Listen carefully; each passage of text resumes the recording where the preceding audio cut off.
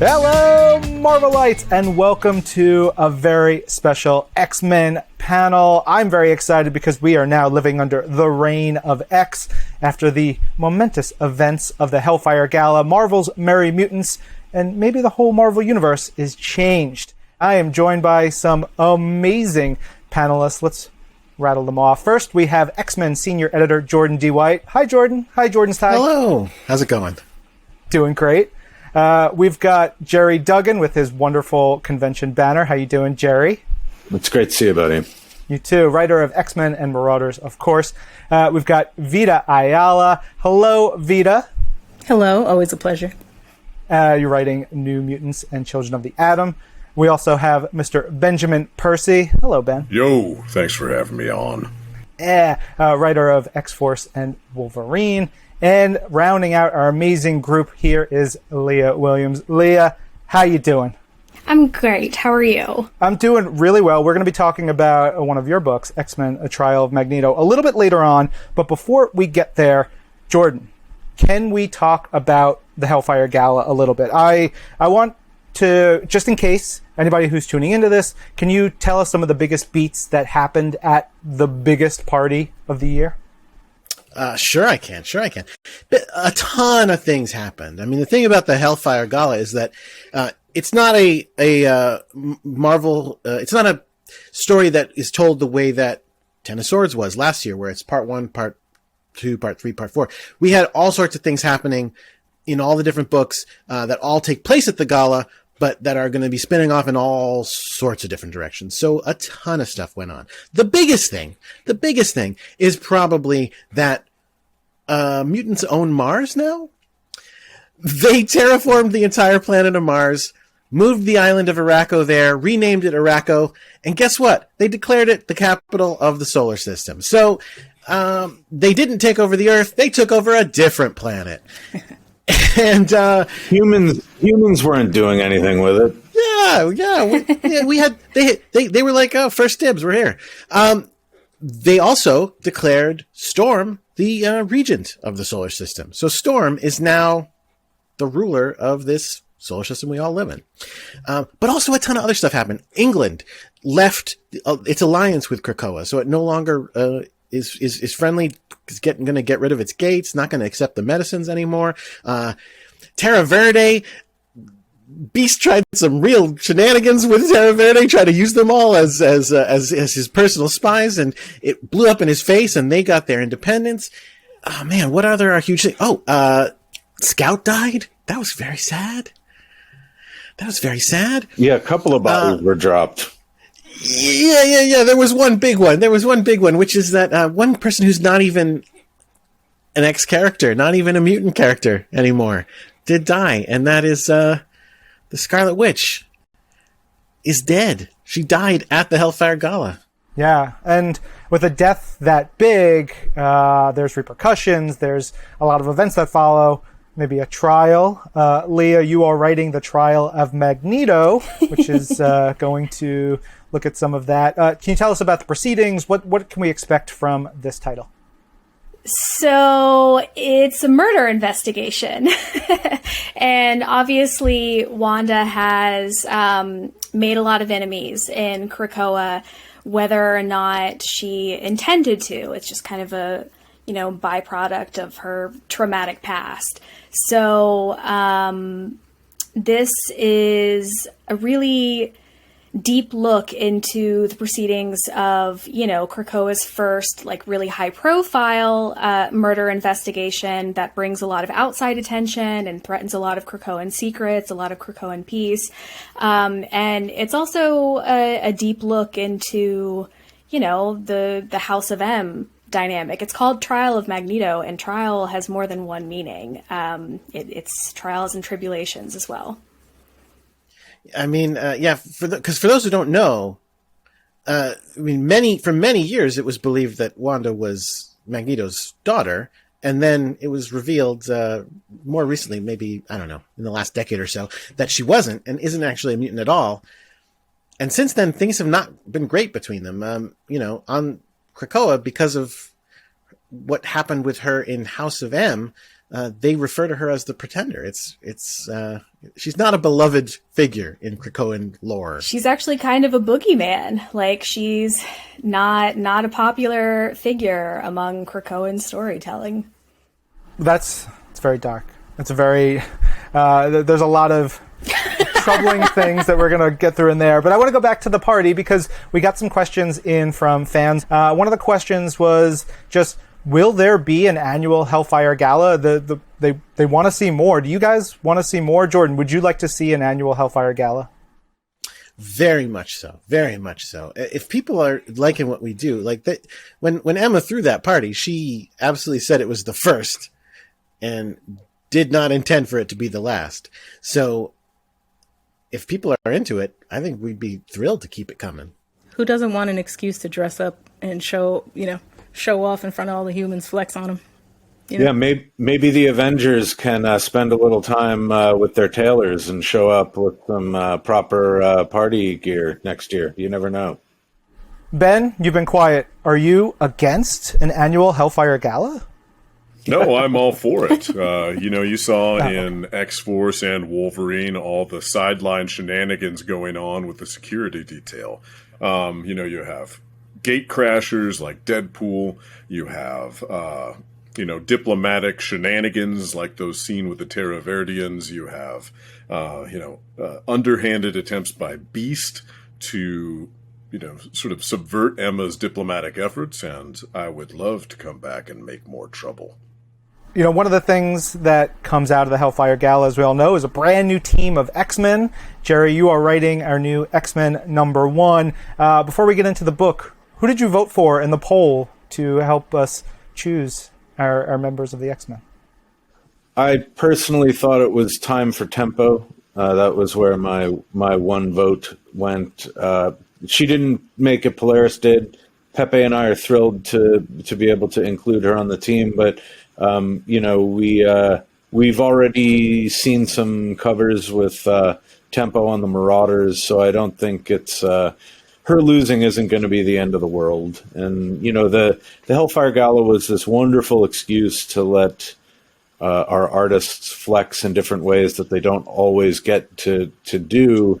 And then from a structural point, the nice thing about the gala was that while we were telling you and teasing you with the gala, nobody really asked us many questions about Planet Size, which was to our benefit. So we sort of got everything we wanted to happen in the order that we wanted it to happen in this summer. And out of it, we also, as you said, have this new X-Men team that was elected. They're actually the Democratic part of the island, right? Nobody seems to have voted for the Quiet Council members, but everyone got a vote for the X-Men team. And I think our job is to make these artists happy. And right now, Pepe and Marte are very happy. This is the work of their career, I think. I can't wait for everyone to see it. Well, I guess now everyone's seen the treehouse in New York. We hope you go visit. And it's really good that you mentioned the artists, because actually we should mention that. I mean, the Hellfire Gala really did get to be headlined by the artists in that we let out with all of those designs that they did. Like, I think we did something like 60 different character designs by all the different artists from all the different books. One of who we should call out is Lucas Wernick, who did those amazing designs of he did Colossus Peter and Sync.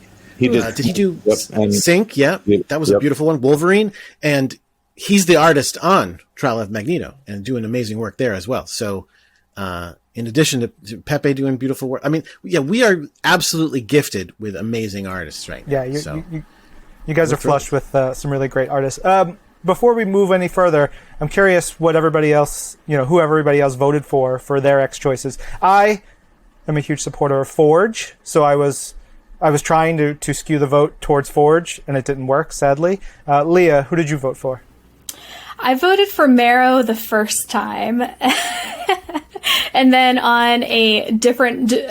What? I voted for Marrow the first time, and then under a different IP address at a different location, I voted for Tempo. Okay. I voted for Tempo. I was with her. I was with her from the beginning. I created 10,000 dummy accounts and voted for Maggot. For whatever reason, it didn't work out. How did you do that? He wasn't even on the list. Maggot is in the X-Men in my heart. Makes sense that it didn't work out. Well, I would have voted for Maggot had he been on the ballot. I love my boy. Same. I put him in Children of the Atom just so we could see him. I voted for Marrow because I really wanted Gerry. I just wanted to know what that would look like on a Gerry X-Men. Oh yeah, Vita voted for Marrow to troll Gerry. 100%. I told them, and I was wrong clearly, but I told them all, if you put Marrow on the ballot, she's got to win. Like, that just has to happen. Clearly I was wrong. It was fun to see the community, though, rally. There were some really inspired, like campaign ads. And it was incredible. It was incredible. Within like 24 hours of the vote going up, the way that readers rallied around this. There were campaign posters and there were new like Twitter accounts set up to like spread the good word of Tempo, and they had slogans. They had opponent attack ads. It was incredibly sophisticated and just like joyous. It was so fun. Yeah, and the interesting way that we're going to do this from now on is the interesting thing is we'll have a yearly Hellfire Gala with a new elected team, perhaps. And if your favorite isn't on the X-Men, it's because you let that character down. That's you didn't vote hard enough. Personally responsible. It's your fault. Gerry, how did you avoid all the trolling from your fellow X-Men writers and creators as you were putting together this team, and the trolling and the cajoling and the moving around to create your X-Men team? Well, there's no. I had my wish list. The office had their wish list. The fans obviously had their wish list, and Polaris came out on top. There's no amount of grief that the fans can throw at me that I don't either heap upon myself or get from my collaborators in the X office. So I'm coming to you. It's like training in Denver and then going to the lowlands to compete. Like there's nothing anybody can do to hurt me anymore. We talked a little bit. We talked a little bit about the work that Pepe and Marte are working on. There's a cool page that I think we're going to show on the panel of the big mech suit that is created in X-Men #1, which looks really rad. What's in store? What kind of action will the metal monster see?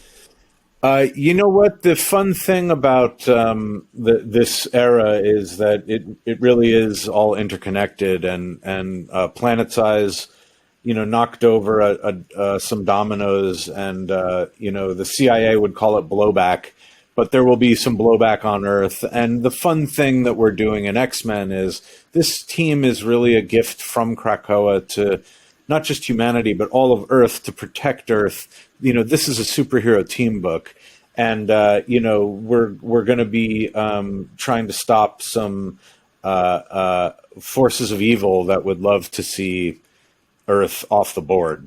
If you're a space alien, you're probably sick of Earthlings now. There's a lot of threats that we broadcast into the universe from Earth. And, the X-Men are there to save us from them. And so a lot of cosmic... we're going to have a lot of cosmic threats. We'll have some homegrown threats. There are some characters that Pepe and I sat down, some black hats that we knew that we wanted to see written and drawn into the X-Men universe, some non-traditional X-Men villains, and then some old favorites of Stan and Jack that will have new reasons to be angry at mutantdom. And so we're loving what we're doing, and I think that's ending up on the page. And I know that fans are going to have a lot of fun with the superhero team. Yeah. Well, that's the superhero team. You also have the team of Marauders over in their book. And Emma just threw the biggest party in the world, what does Emma Frost have to, like, what's she after now, after the big party, sort of revealing, like, mutants are the thing? Where does she go in the pages of Marauders? Well, unfortunately for Emma, she's got some hard times ahead. She did. She's through an amazingly successful state function, really. The U.S. has state dinners. Well, the Krakoans have state galas. And it was, I think, a mixed success. We lost, an island or two here on Earth, and mutants gained a planet up in the stars. But, Emma is in for a rough road, as some of her past will come back to haunt her a little bit. Part of that is one of the great thrills of my time at Marvel in collaborating with Klaus Janson in the part of the issue after the gala, and we'll see how Klaus's history with Marvel intersects now with Emma's past to create a pretty volatile new future for the White Queen. And if you are also on the Marvel website, you can, of course, sign up for Marvel Insider. And Marvel Insiders who are watching this awesome panel can get 10,000 Insider points. There's a code. It should be up on the screen right now. Someone will put it in there and go, whoop. All right, we do have some more questions in here from fans. So this one is to everyone on the panel. The question is, what is your favorite singular moment that occurred between the start of the Krakoan era and the end of the Hellfire Gala? Like in the books or in the X-Slack or... Let's get saucy. Leah, tell me, what's your favorite moment that happened on the X-Slack? I don't think on the X-Slack. If it's too much, then there's honestly like a moment every day or so in the X-Slack that I'm just like, I want to remember this for the rest of my life. This is the funniest thing I've ever seen. And I think most recently, there was this day when Gerry caught a guy trying to mess with his wife's car in the driveway. So he came out and threatened this guy with a shillelagh. And when Vita was like, "Why do you have a shillelagh?" Gerry was like, "Don't need to reload a shillelagh." And this is the same day that Jonathan Hickman got a wrong number. There it is. There's the shillelagh. There it is. Yes. The famed shillelagh. And that same day, like, the reason this came up in a conversation, Gerry's shillelagh, is because Jonathan had gotten a wrong number call, and she ended up, like, venting to Hickman, a complete stranger, about her awful ex-husband. And, of course, Hickman's like a really supportive person. So he's like, yeah, F that dude. You deserve better. That was a crazy day. Yeah. That was a crazy day. Wow. That was one day. That was 1 hour. That was 1 hour. It was insane. All right, tell you what. I'll pick a moment from the books. Yes, please. Thank you. I'll pick a moment from the books. Hey, I think it's pretty awesome to me that we did a 22-part crossover. It's amazingly awesome to me that we did a 22-part crossover that hinges on Opal Luna Saturnine, because that's bananas. But if I had to pick one moment, I think it's so cool that we brought back the Captain Britain Corps, and it's mostly Betsy's. I think that's they're all Betsy's. Fun. Some of them are Swans, but they're all Betsy's. Not 100% Betsy's, you see, because there are variations, but almost all Betsy's, yes. And I love it. For my part, I think my favorite single moment was that handshake between Apocalypse and Xavier. Still, for me, I was like, if that doesn't, take your breath away as a longtime X-Men fan and show you what what this new era is and can be. And, that for me was my favorite part. One of my favorite moments came from X-Force 3, and Joshua Cassara was on art for that. And it's the moment when X-Force comes together for the first time at the table, at the point in their headquarters. And Xavier is staring off at the waterfall, and he turns around and glances at Magneto, and they make the decision to create both the head and the fist. The head, which will be led by Beast, the fist, which will be led by Wolverine. And there you have the inception of the Krakoan CIA. Yeah, the inception of the Krakoan CIA. That's awesome. I have dark. two. You have two? But I'll make them quick. Don't worry. So the first is in X Factor 9. There's a scene where the art shifts because there's a battle going on, and you see it kind of in metaphor. So it's between the Morgan who is possessing Siren and Shatterstar, and it is some of the most beautiful moments in comics. Period. Like across the board that I've ever seen. And I remember Leah talking about it beforehand and like just full galaxy brain. And I was like, I can't wait to see this. And it was better than anything I could have imagined. It's really moving and really beautiful. And the second one is Mystique yelling. That's one of mine too. Yeah. Xavier and Magneto together, his wife. Like, that's just, I've been waiting for this for 36 years. Good looking out. Thanks, John. As someone who just sits back and gets to enjoy the work, it's kind of it's joyous every week to get my X books. I read them last generally just because I want to save my favorites. And so thank you all for making some amazing X-Men titles for me and all the X-Men fans. But let's move on, shall we? All right, over to you, Mr. Benjamin Percy. You are, of course, continuing Wolverine's adventures in Krakoa and across everywhere else, now against the mysterious Solem. How does this feud stack up for Wolverine, compared to some of the others he's had over the years? So coming out of the Hellfire Gala, you'll see the final page in Wolverine showcases the Marauder on fire. And Emma Frost is rather upset about this. That vessel was full of Shi'ar logic diamonds, and so she assigns Wolverine to the case. And this kicks off a storyline called The Unusual Suspects.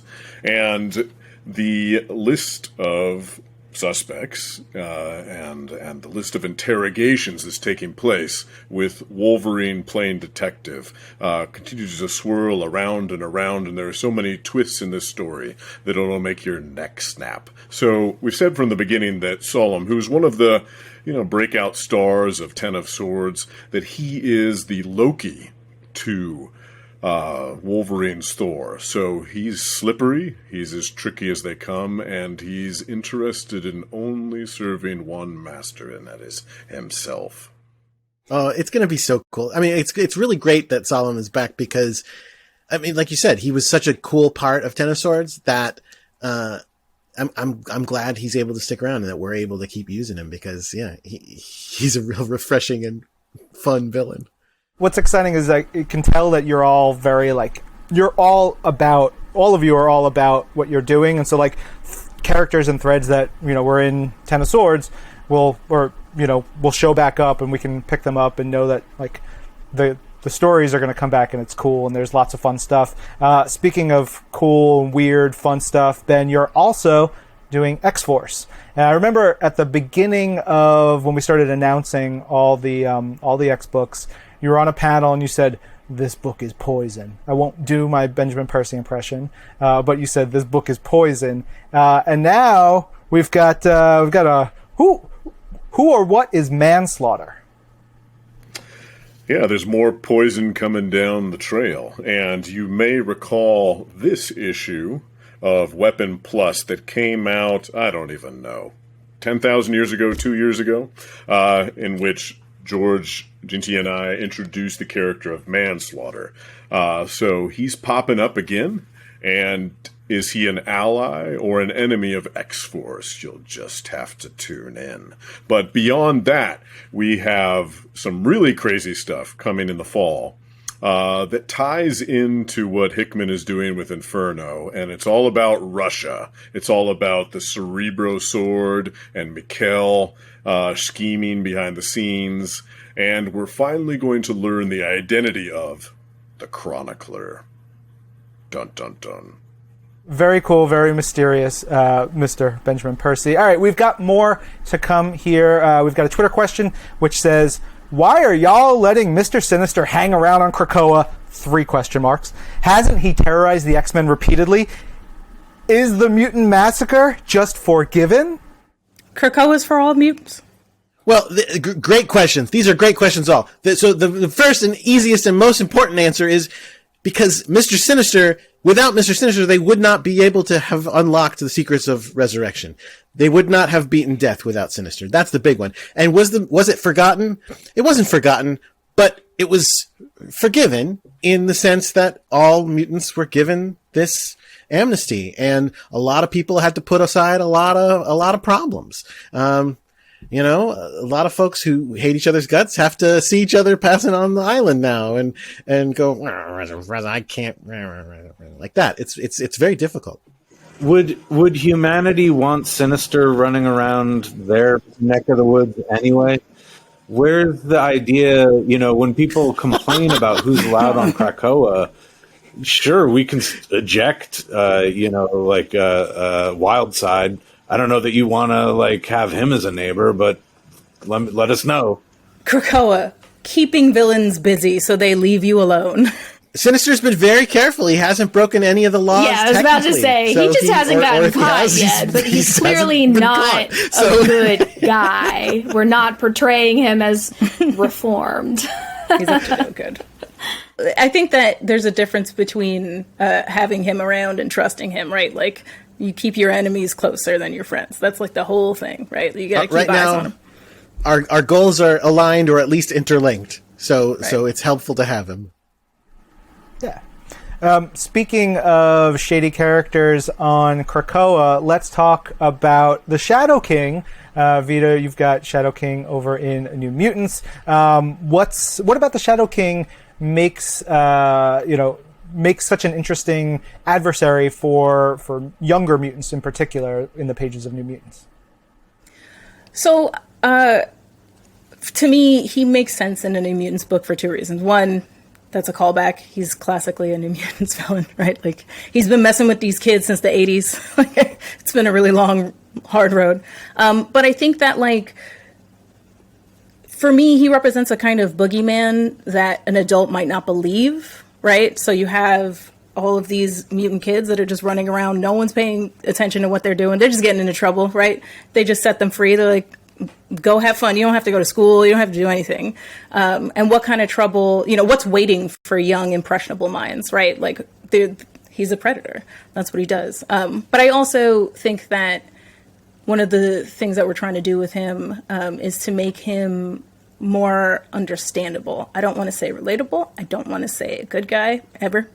But I think the biggest danger is the one that seems almost reasonable, especially to children, right? Like, not children, but like kids, teenagers. Like, he knows how to manipulate. He's kind of almost like a Pied Piper kind of character. And so I thought, all right, we have to teach these kids to be afraid of the woods a little bit.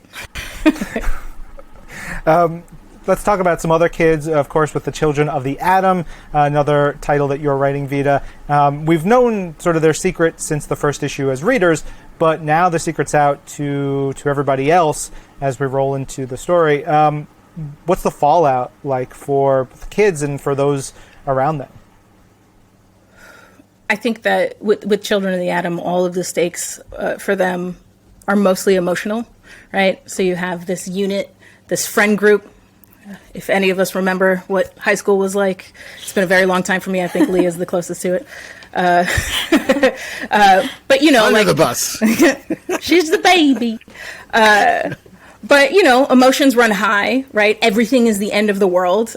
So if you give people with that kind of brain chemistry a bunch of cool tech weapons and tell them to go have fun and save the world, it's going to be a problem. Right now, Kamala's law is still in effect, so you have a lot of complications for these kids, and the repercussions are going to be very, very personal for them, for sure. Now, one of the things I wanted to ask, do you guys get a lot of requests like, what's this character up to? Where is this character? How come Sunder isn't in the X-Men comics right now? And that one is usually going to come from me because I like my big boy Sunder. Yeah, I love Sunder. There's a lot of those questions. Like I see in here, we've got Evan Sabanur, who's a great character, Firestar, Layla Miller. Oh, sadly, Evan is dead.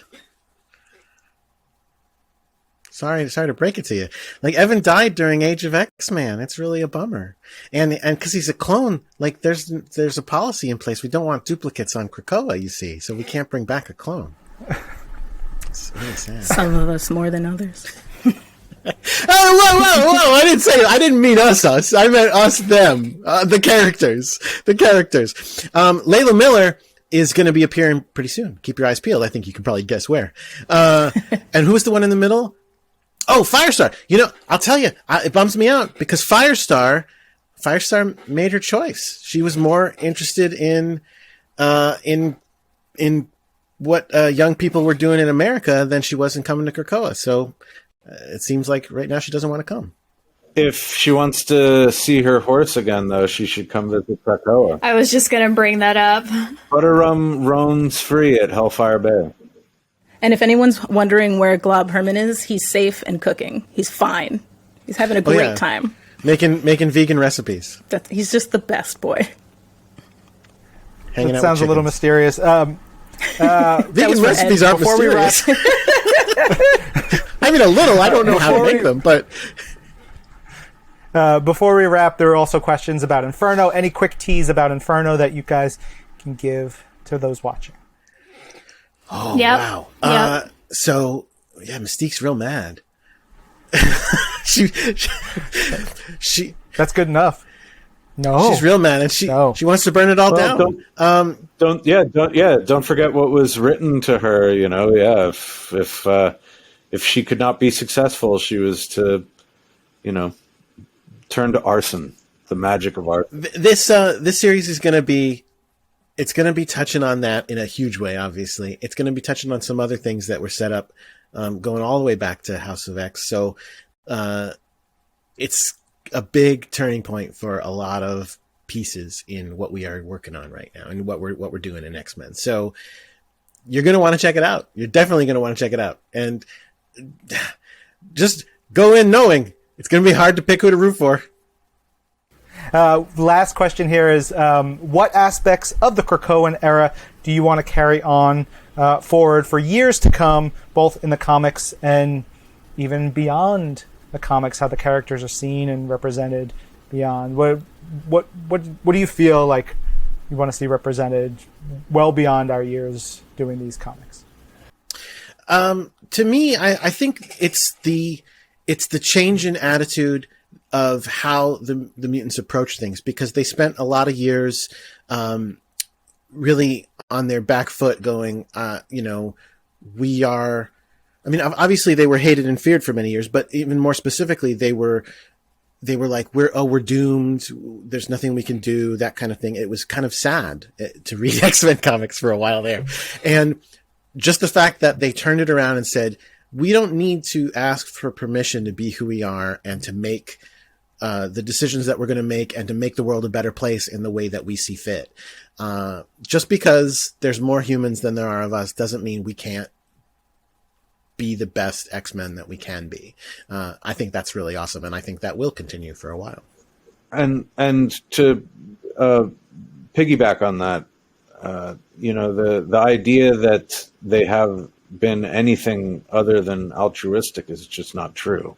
You know, they're offering medicines to humanity. They're offering even amnesty for these mutants that, you know, Sabretooth isn't a human problem anymore, right? The idea that the mutants saved themselves, and now in the X-Men superhero book, they're turning around and they're going to save the world. So they've always been who they've been, even if they die trying to save the world. And that's a truth to carry forward in our X-Men collaborations. I think as well, just the idea of mutant synergy and of finding a mutant solution to problems, right? Like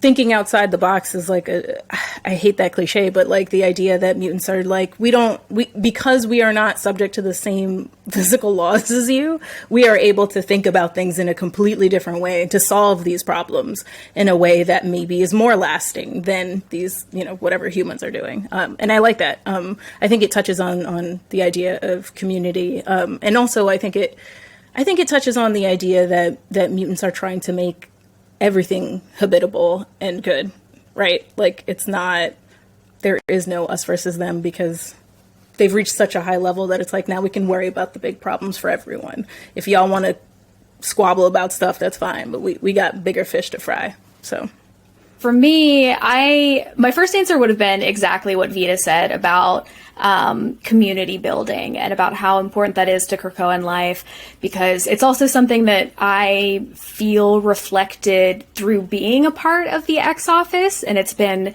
really life-changing for me, having a peer group of such amazing colleagues. But I think to give another answer, something different, one of the things that I hope is carried forward through Krakoan storytelling is this theme of healing from trauma, because we see it in many of the different books. It's in Hellions, it's in X-Factor, it's in New Mutants, it's in Excalibur, it's in X-Force. I have seen Wolverine helping Quentin be a better man. And I think that this is something that is really important to people, and people connect with it when they're reading the books. This idea that you can find a way to move forward after devastating loss, after decades of devastating losses, because you're mutants and you were on the outside looking in for the longest time. But I think that this idea of healing from trauma and belonging is something very different for superhero comics, and I hope it continues. Some of the best speculative stories are channeling cultural unease. You can look to Frankenstein in the way that it is born out of the Industrial Revolution and people playing God.